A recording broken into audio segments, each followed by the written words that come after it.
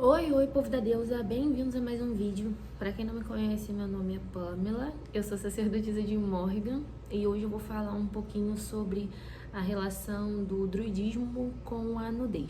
Então, se é isso que vocês vieram buscar, vem pro vídeo.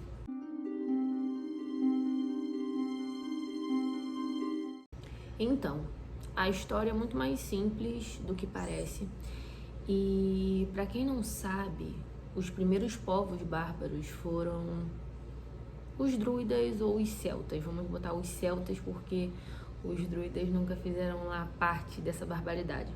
Só que por razões culturais, se houvesse uma guerra que envolvesse todos os druidas e todos os celtas e os druidas tivessem que participar, eles estariam da mesma forma.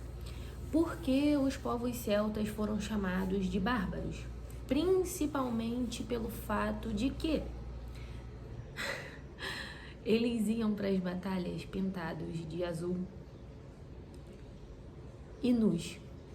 Então, quando eu digo que os primeiros povos bárbaros foram os celtas, é por isso. Quando eles começaram a lutar pela terra deles, e lembrando que o domínio celta se estendia assim de uma forma enorme, e fora que a gente vê, né, resquício de origem, né, de descendência celta até a Espanha, então até o Brasil também. Então, para você ver quão numeroso foi esse povo. Mas voltando aqui, chamaram de bárbaros os guerreiros que iam nus para a guerra. Por que eles iam nus para a guerra? Porque isso realmente assustava.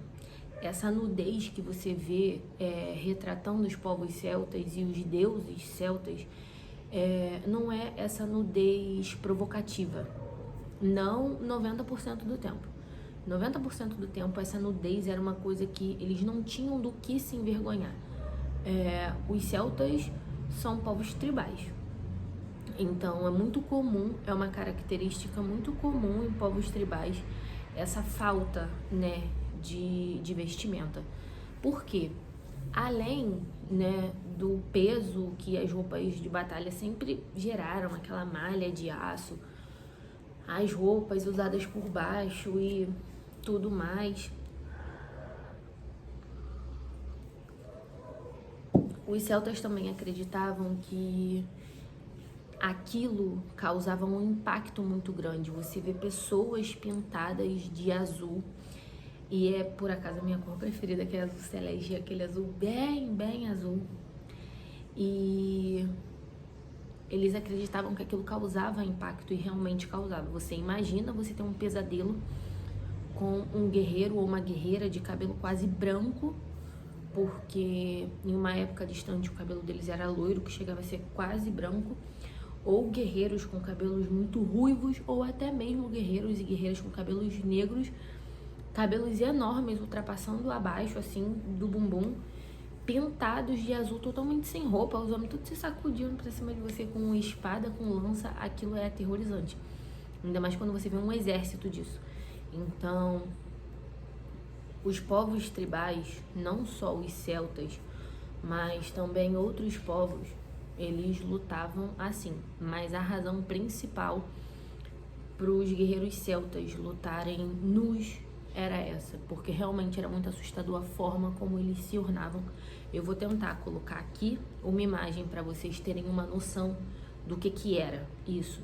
Então, muito antes dos vikings ou vikings sonharem em aparecerem pela terra, muito antes desse povo que ficou conhecido como viking sonhar em se denominar assim, quando eles ainda eram apenas pescadores, os celtas já estavam cansados de existir e de expandir o seu domínio. Eu posso falar depois sobre o domínio celta em um vídeo, porque seria um assunto muito mais extenso. E sim, foi coisa pra caramba, foi muita coisa. Então, assim, até hoje, se eu não me engano, na França, a gente tem rios, né, com nomes que foram dados em homenagem a divindades celtas. Então, não só lá, mas em outros lugares. Se eu não me engano, também na Inglaterra, né, que já foi Bretanha Maior, ou a Grã-Bretanha, também tem estátuas, se não me engano é lá que fica a estátua de Boudica, que foi uma das maiores guerreiras celtas, mas, se eu não me engano, tá? Mas voltando pro assunto da nudez, já disse que os celtas são povos tribais. A gente, como pessoas que entendem o conceito de respeito dentro de uma comunidade, a gente nunca olharia para uma pessoa que está nua com desejo porque ela está nua. Mas hoje isso é, digamos que, terminantemente proibido. Eu adoro meu vizinho, que ele só bota som, ele só faz obra quando eu ligo a câmera para gravar vídeo. Mas eu tô aqui fora, ó. E nada, tava um silêncio danado. Mas enfim, hoje isso é terminantemente proibido e é considerado atentado ao pudor você sair andando por aí sem blusa, né? Mas a gente vê até aqui no Brasil mesmo, nas terras indígenas, ali no espaço deles, eles ficam da forma que eles sempre ficaram. Isso é uma coisa comum.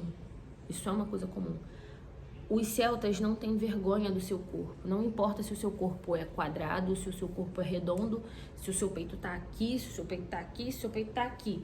Não importa. Isso não é motivo de vergonha pra gente, principalmente as mulheres, né, depois de ter gerado. Mas isso nunca foi motivo de vergonha pra gente. Mas vamos chegar aonde eu quero. O que tem a relação da nudez com a magia druida? Eu, como druidisa, existem duas formas, né, de falar, druidisa ou druideza. Eu prefiro druidisa. Eu, como sacerdotisa celta, como druidisa, eu afirmo com todas as letras que existe um termo chamado vestir-se de céu. O que é vestir-se de céu? É ficar nua perante o ritual que você está fazendo. Por que isso acontece? As roupas, elas têm energia, tá? Assim como a cor de roupa que a gente usa. Na maioria das vezes eu tô de branco, acho que 90% do meu armário é branco, ou um jeans claro, e eu tenho poucas roupas hoje de outra cor. Já houve uma época que eu tinha cores muito mais escuras, e hoje existe um motivo absurdamente especial, muito grande, para eu usar roupas claras. Segundo a tradição druida, uma sacerdotisa também deveria se vestir de, vamos botar, de túnicas azul bem clarinho. Eu não posso ficar andando por aí no calor do Rio de Janeiro de túnica, porque senão eu vou ter um piripaque, porque é muito calor aqui e a roupa é bem quente. E existem cores também que são muito específicas pra gente, que é o verde e o vinho. Então, é bem comum também vocês me verem de verde.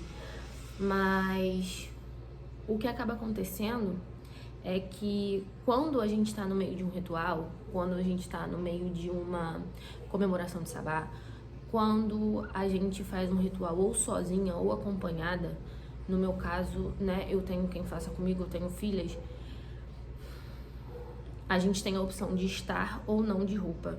Eu nunca obrigaria nenhuma delas a ficar de uma forma que elas não ficariam confortáveis, mas sim, isso existe. A falta de roupa existe.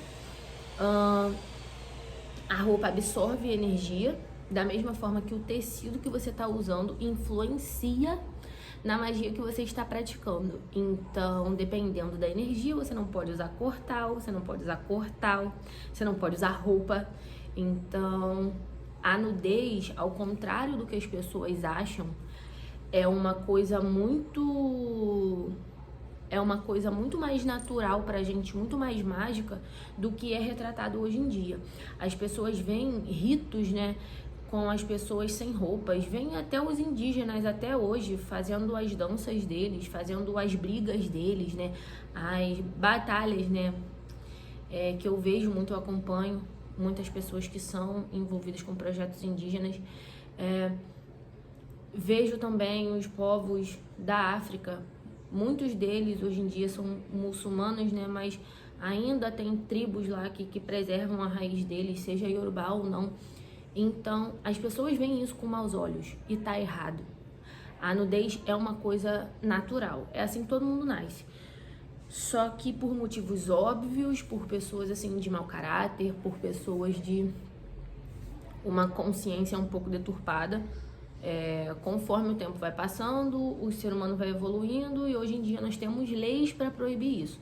Eu não tô aqui falando que eu gostaria de sair sem roupa na rua, porque eu não gostaria.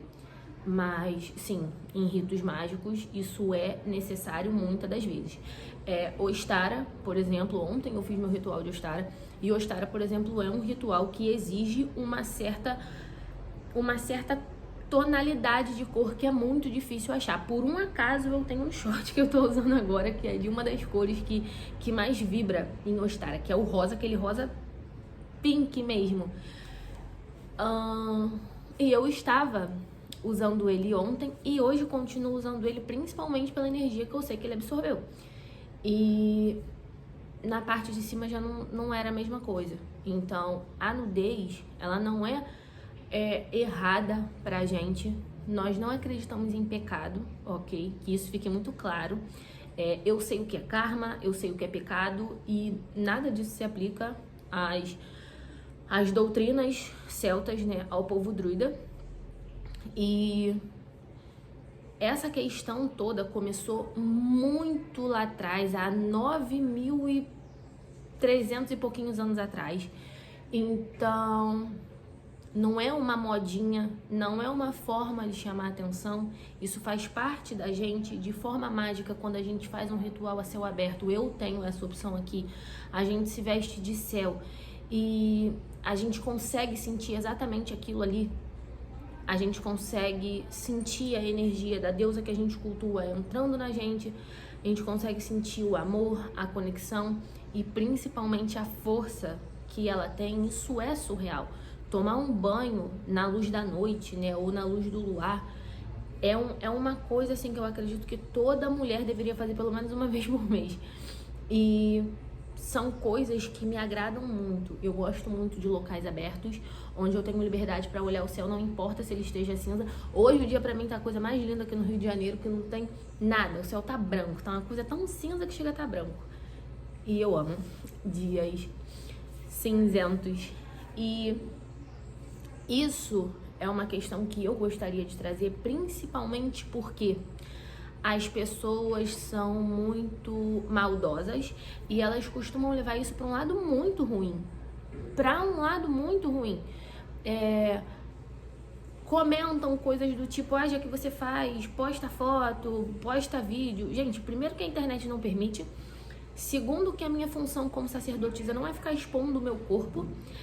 Eu escuto muito ao longo da minha vida que as pessoas estão mais interessadas na minha beleza do que no meu cérebro. E eu só posso lamentar pelas pessoas. Então, as pessoas infelizmente levam isso para um lado muito ruim. Só que como sacerdotisa eu não posso simplesmente me abster da função de ensinar, de passar ensinamento, de passar esclarecimento para as próximas gerações. Hoje o druidismo aqui no Brasil, se você é druida e você tá vendo esse vídeo, entre em contato comigo, pelo amor de todos os deuses, porque eu não conheço ninguém. Eu conheço hoje o meu irmão, que é tão filho de Morrigan quanto eu, mas eu tenho minha filha, que eu descobri ser filha de um deus que eu tive que buscar com meu irmão a existência dele. Ela me descrevia e eu não conhecia, para vocês terem noção de como o panteão celta é absolutamente extenso, além dele ser dividido, né, entre o irlandês e o gaulês e tudo mais. Bom, entre em contato comigo. Eu preciso saber que existe uma família druida ao redor do mundo, principalmente brasileiros. Então, eu espero que vocês tenham entendido o que eu quis explicar nesse vídeo. Os primeiros bárbaros, os primeiros celtas, eles usavam a nudez a seu favor nas batalhas. E nós, como druidas, eu como druidisa, eu uso a nudez em ritualística para atrair mais poder para mim, para eu conseguir me recarregar de uma forma melhor, para eu conseguir executar minhas magias de uma forma melhor, para eu alimentar a força do meu corpo. E isso nem de longe é uma coisa sensual ou sexual. Então, eu espero que eu tenha esclarecido direitinho pra vocês. Se vocês ficaram até aqui e gostaram do vídeo, curte e compartilha, ok? E comentem a opinião de vocês sobre essa questão, se vocês têm vergonha, se vocês já tiveram vergonha de ficar nus, né, na frente de seus deuses. Eles nunca olhariam vocês como um pedaço de carne, isso não é assim que funciona. Isso é uma coisa que está corrompida, né, na humanidade, mas isso não funciona dessa forma do outro lado. Então, comentem aqui a opinião de vocês. E é isso, gente. Eu vou dar uma olhada nos outros temas que eu tenho pra gravar. E é isso. Beijinho e até o próximo vídeo.